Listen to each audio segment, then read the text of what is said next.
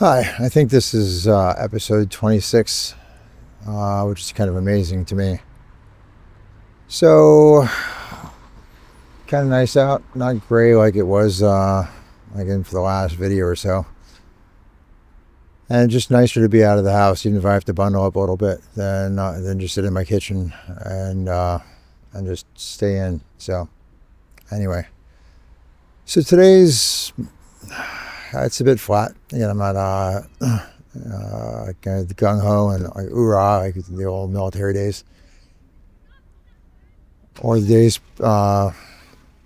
pre Melissa's death, or a bunch of other days. But still, overall, I'm on an upward trend. It's all positive. Nothing to, I guess, really complain about, other than was the reason I'm making these videos to begin with. But again, this is moving forward, not let's go trying to just stay in the past. So anyway, easier said than done, I know. So what's happened since the last video? I guess first and foremost, like I mentioned the last one, I had a friend that came in from the U.S. Who was my best friend in junior high school. That was pretty amazing. So he came in. I mentioned we hadn't seen each other since 1994, and at that point our lives were drifting because we were in different. And again, we went to different high schools, and then see each other on weekends, and of course went to different colleges. I went into the Navy, different career paths. Anyway, all that said and done, fast forward to this past weekend. And I haven't laughed that hard since I can't remember when. It felt like I was, it felt like the old days with he and I were just jumping on beds, playing air guitar, and talking about whatever the hell kids in junior high school talk about. Music, girls, stuff. But I swear to God, it was like the first 12 hours were just non-stop talking. We walked around. I had to go to the grocery store, ended up at an Irish pub, came back to my place, still just like, I don't think there was 10 seconds worth of dead air in that entire, say, 12 hours. Then it just got down to normal people who like each other a lot and talk a lot, but without the literally non-stop chatter for the next couple of days. So I can't believe that I'm that lucky that I've got people that would do that for me. Again, he asked nothing of me. But again, you just wonder how life happens. There's through no fault of either of us. And had he just stayed back, had he just sent a quick little, hey, I heard what happened, I feel really bad, I'm sorry, that would have been completely acceptable, understandable, and appreciated. But to say that he went over and above is way understating the point. So again, through this whole thing, I've recognized how lucky I am, and dare I say blessed, to have the support that I have, even though none of it's here. No, well, Gabby, but Gabby's going through it too, so we're each other's support. But like for the friends, again, and Frank never even met Melissa. So anyway, what else? Okay, so I had a dream again. So I'm never going to stop it there. This being the famous weekend of the famous I Had a Dream speech. It had nothing to do with that in any way, shape, or form. So I've had, since Melissa's passed, I can remember 3 dreams that have had her. I've wanted them all the time. A friend of mine back in the States has had at least 4. She's got me beat. Hers are very detailed, and she remembers them. And I didn't write down the first 2. I was just so happy to have them. I didn't write them down this time. It had been a while. And to preface this, like every night when I go to bed, I think of what I'm grateful for. and I'm grateful for my mother and for Melissa. I'm grateful for my friends. I'm grateful for the pets that I've had in my life. I am great. Yeah, there's a lot to be grateful for. I always think that when I one day, well, hopefully in the distant future, when I finally get a chance to see Melissa and everybody else again, that I'll get to see everybody. But in the meantime, I'm living here. So that said, I also asked Melissa if she'd come to me, like just into a dream. Like I'm not asking her to come back and into this world again, because I think that would be selfish, because I'm almost positive, without any proof whatsoever, that where she is has got to be better. As beautiful as life is, and as beautiful as the earth is, and just existence is, I know it's not saying that she doesn't exist. She doesn't exist in this form. So I'm believing that I will eventually get to see her again, and in that realm, it's going to completely overshadow time here. So like, this is the 30 and change years I'm betting on, and nothing's guaranteed. Will pass in a flash. Anyway, so I ask every night, will she give me a sign? I'm like, a sign would be great if that's all you can do. I'd really prefer was you just be unambiguous and just talk to me. Like, yeah, but so if she might, I have no idea, because you seem to only remember the dreams that you wake up from. So maybe I dream about her every night. Maybe she talks to me every night. I don't know, but I do ask every night. And so last night, at one point I woke up, and she had been in my dream. And it was a two-parter. So the first part, she asked, I don't recall the details. I don't remember the context. I don't remember the setting up, but I remember because I wrote it down after. It was something about her asking me a question or two, and then my opinion, and I gave it to her, and she, not necessarily in a mad way. She wasn't mad. She wasn't anything, but even not necessarily dismissive. But she just didn't go with. She just asked the opinion, and then went in a different direction with whatever decision was being made on this, like with the question. But in the dream, I got a little bit not incensed, but I guess a little bit. I was a little upset, like, why even ask the question if you're not going to do something different anyway. So I have actual answers for that once I gave that some thought. But this is how it was going in the dream. So my mom. So it was a twofer. I got to see my mom in this dream too, and she asked me what's wrong. I seemed to have something wrong, and so I was telling her that I thought that it was.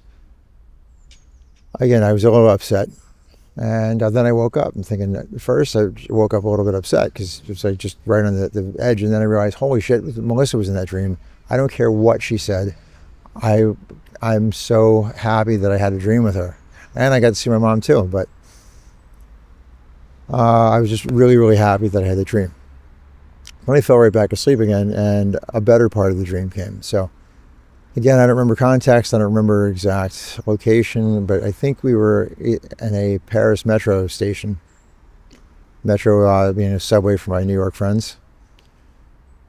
And she asked me, I said, again, nobody was around. Gabby wasn't there. And she said, nobody's around. Would you mind if I rode with you a while?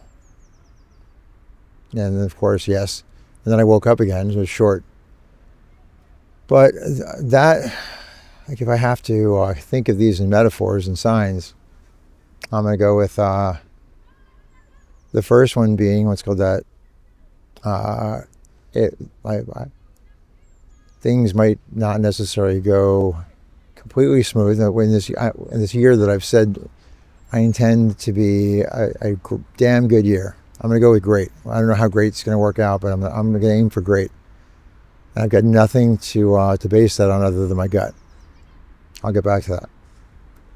But, so I assume if she didn't take my opinion, it's because like in life, we agreed on almost everything.